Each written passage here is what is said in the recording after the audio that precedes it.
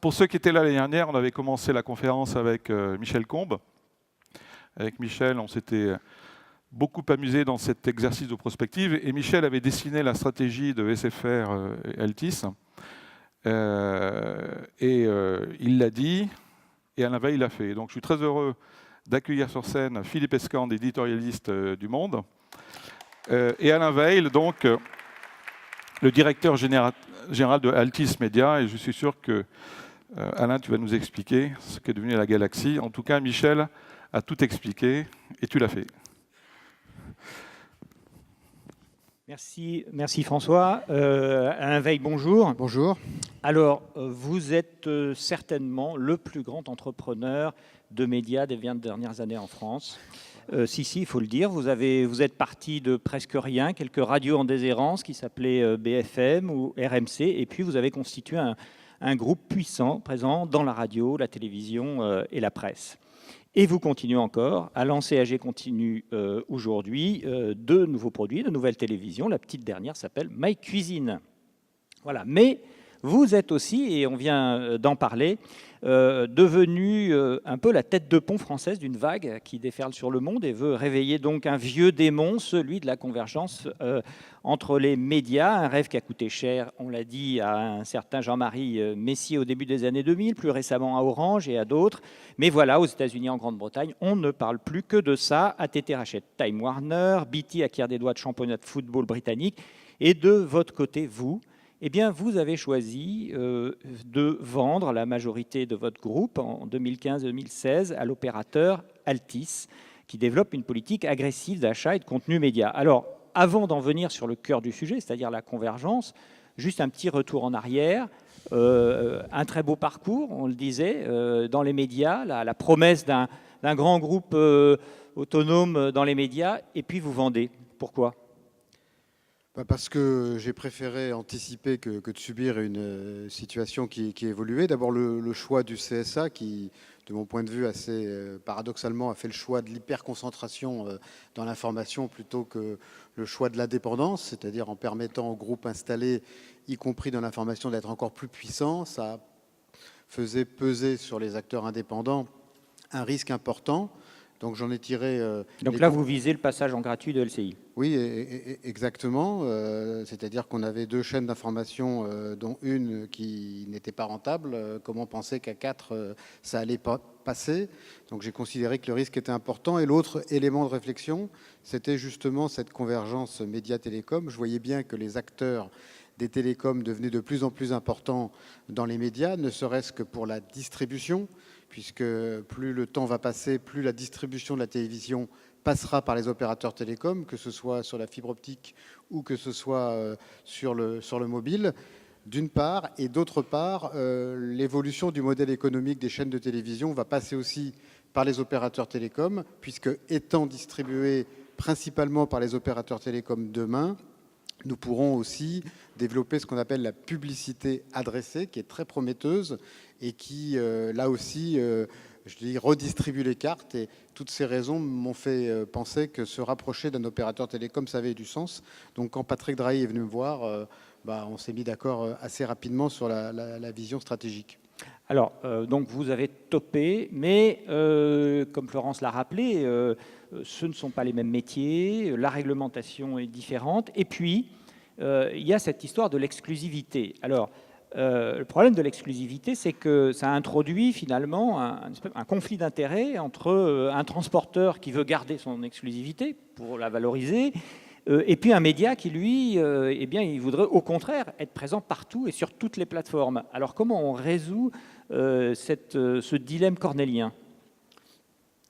D'abord, peut-être revenir sur la logique de la convergence entre les médias et les télécoms. Dire qu'il n'y a pas de proximité entre les deux, ce n'est pas totalement exact. Quelqu'un comme Patrick Drahi, c'est tout sauf un nouvel entrant. C'est quelqu'un qui a démarré il y a plus de 20 ans, près de 30 ans, dans le câble, à Cavaillon.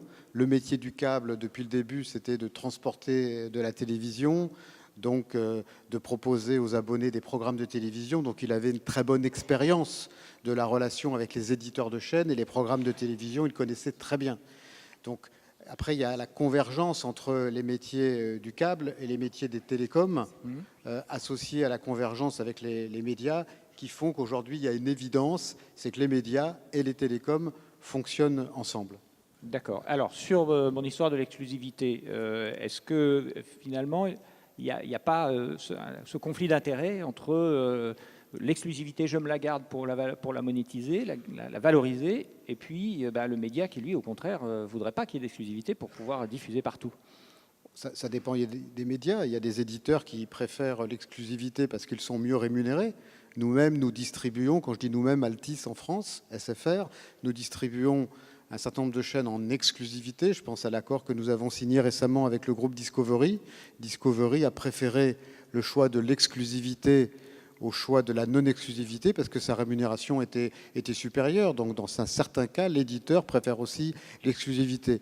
Pour ce qui concerne notre stratégie et nos propres chaînes, nous l'avons déjà dit, Michel Comble a dû le dire l'année dernière et on le répète régulièrement, nous n'avons pas vocation à éditer des chaînes qui devront rester exclusives, y compris celles qui portent notre nom. Aujourd'hui SFR Sport, demain Altis Sport. Évidemment, cette chaîne est déjà distribuée par SFR. Demain, je pense que les chaînes Altis Sport et autres seront diffusées aussi par les autres plateformes et nous pourrons être amenés à distribuer des chaînes éditées par d'autres opérateurs télécoms. Ce qui se passera, c'est que pour l'abonné, ce sera toujours plus intéressant économiquement de s'abonner à Altis pour recevoir Altis Sport que de la recevoir via un autre opérateur. Mais nous ne sommes pas du tout des idéologues concernant l'exclusivité. D'accord. Donc ça ne sera pas finalement comme avec les droits du foot ou des Jeux Olympiques où finalement une chaîne achète les droits et donc tout le monde est obligé de passer par cette chaîne. C'était un peu le principe de l'exclusivité et du fait de redonner un peu de pouvoir aux transporteurs. Ça ne sera pas le cas. C'était très bien expliqué dans la présentation précédente. Sur le plan marketing, nous aurons un avantage à contrôler par exemple les droits de la Champions League que nous avons récemment acquis et nous diffuserons les matchs en Champions League à partir de l'été 2018, donc dans un peu plus d'un an aujourd'hui. Donc c'est un avantage marketing parce que nous allons communiquer sur la chaîne Altis Sport et d'expliquer aux abonnés en général qu'ils pourront retrouver cette chaîne chez nous et que les conditions commerciales pour y avoir accès seront meilleures. Mais peut-être que cette chaîne sera disponible chez d'autres opérateurs. Il y a aussi l'OTT. Toutes nos chaînes seront aussi distribuées en over the top. Donc voilà, on pourra être reçu facilement, mais ça sera toujours plus intéressant d'être abonné Altis pour recevoir nos chaînes. Alors, donc, on comprend bien. Le problème, c'est que ces stratégies, elles sont très dépendantes, évidemment, de l'équation financière. Or, le contenu coûte de plus en plus cher. Le plus spectaculaire, évidemment, c'est les droits du football. Les prix doublent pratiquement. Là, on s'attend à ce que la remise en jeu de la Ligue des Champions, plutôt de la Ligue 1 en France, dépasse le milliard. Donc, est-ce que cette inflation des coûts, ça ne met pas un peu par terre toutes les stratégies qui suivent derrière, parce qu'il faudrait augmenter en conséquence le prix des abonnements et les consommateurs, eux, ils veulent des prix toujours moins chers? D'abord, si on regarde ce qui se passe aux États-Unis, aujourd'hui le groupe Altis est implanté aux États-Unis très largement puisque nous y réalisons 40% de notre chiffre d'affaires, donc on a une bonne vision de ce qui se passe là-bas. Les opérateurs du câble investissent 25% de leur chiffre d'affaires dans le contenu, donc des sommes considérables, des milliards. Mais les abonnements sont à $150 par mois. Voilà, mais en France, pour l'instant, nous n'investissons pas encore un quart du chiffre d'affaires d'SFR dans le contenu. On progresse, mais on en est encore très très loin. C'est l'objectif, un quart? On ne sait pas, on verra. On n'a pas d'objectif précis là-dessus, mais c'est pour montrer la tendance qui existe en France et sans doute aujourd'hui en Angleterre chez BT. Donc ça n'a rien d'anormal. Ce qu'il ne faut pas, c'est être dépendant des droits. C'est-à-dire qu'il ne faut pas qu'au moment du renouvellement des droits d'un événement sportif important, toute la stratégie soit remise en cause. c'est le problème des opérateurs qui ne sont pas des opérateurs télécoms. C'est que finalement, c'est quitte ou double. S'ils perdent les droits de tel événement, c'est l'entreprise qui peut être remise en cause. Là, suivez mon regard, vous pensez Chez un Canal. opérateur télécom, ce n'est pas du tout le cas. Ouais. Si demain, nous ne renouvelons pas ou si nous perdons les droits d'un événement sportif, ça ne remettra pas en cause la stratégie globale de l'entreprise parce que ces droits ne représentent qu'une toute petite partie en termes de coûts de notre résultat. Donc déjà, ils n'ont pas un impact stratégique aussi important que chez un éditeur. En termes de résultats, dans l'autre sens, c'est la même chose. Donc on a une plus grande souplesse et on n'est pas dépendant de ces droits. Mais acquérir des droits, comme ça a été dit très justement, c'est une façon de fidéliser nos abonnés, de recruter des abonnés. C'est aussi une façon de croître en chiffre d'affaires à un moment où le marché des télécoms est plutôt flat. Donc ça représente beaucoup d'avantages. Et puis, encore une fois, c'est quelque chose qui se développe en France actuellement.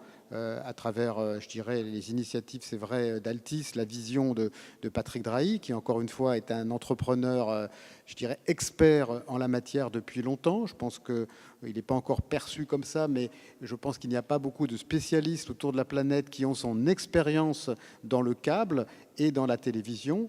Donc voilà pourquoi cette stratégie accélère en France, mais nous ne l'avons pas inventé. Patrick Drahi le répète souvent. Il a aussi un modèle qui est John Malone, qui a une stratégie dont on s'est très largement inspiré. Tous les exemples anglais, américains, espagnols ont été explicités précédemment. La France suit le mouvement. D'accord. Alors, je voulais qu'on prenne trois exemples de médias, notamment celui évidemment qui m'intéresse beaucoup, qui est celui de la presse. On a l'impression aujourd'hui, notamment avec les initiatives de SFR, que l'avenir de la presse est un petit peu comme celui de la musique, c'est-à-dire d'être saucissonné en petits morceaux et qu'on voit l'avènement de sorte de Spotify de la presse, c'est-à-dire des espèces de grandes plateformes qui donnent accès non plus à des journaux, mais à des articles. Est-ce que c'est ça l'objectif ? Il y a deux façons de voir les choses. Il y a la façon pessimiste, en s'inquiétant en permanence du monde qui bouge, en ne cherchant pas de solution par rapport à des entreprises dont la stratégie est remise en cause. Et puis il y a une façon plus positive de voir les choses, c'est de trouver des solutions face à des problèmes, à des entreprises qui sont en transformation.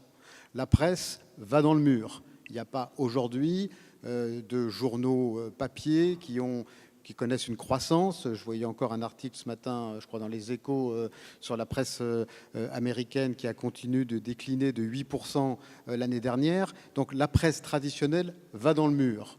Bon, si demain on peut diffuser des informations d'aussi bonne qualité qu'aujourd'hui en se passant du papier, finalement, pour les entreprises de presse, c'est plutôt pas plus mal. C'est-à-dire qu'elles vont se concentrer sur leur métier qui est d'éditer de l'information. Si elles peuvent se dispenser de l'aspect industriel, c'est-à-dire l'impression et la distribution, c'est pas plus mal. Moi, j'ai, dans le passé, dirigé et contrôlé un quotidien qui était La Tribune. Très rapidement, dans cette expérience, j'ai été très surpris de voir le modèle économique et industriel qui est complètement dépassé. C'est-à-dire qu'à 11h, les imprimantes, les imprimeries se mettent en route, tous les journaux partent par camion ensuite pour rejoindre les points de vente, et 60% des journaux ne sont pas vendus, repartent en camion pour être détruits, quoi. On voit bien que sans aller plus loin dans la réflexion, ce modèle est condamné.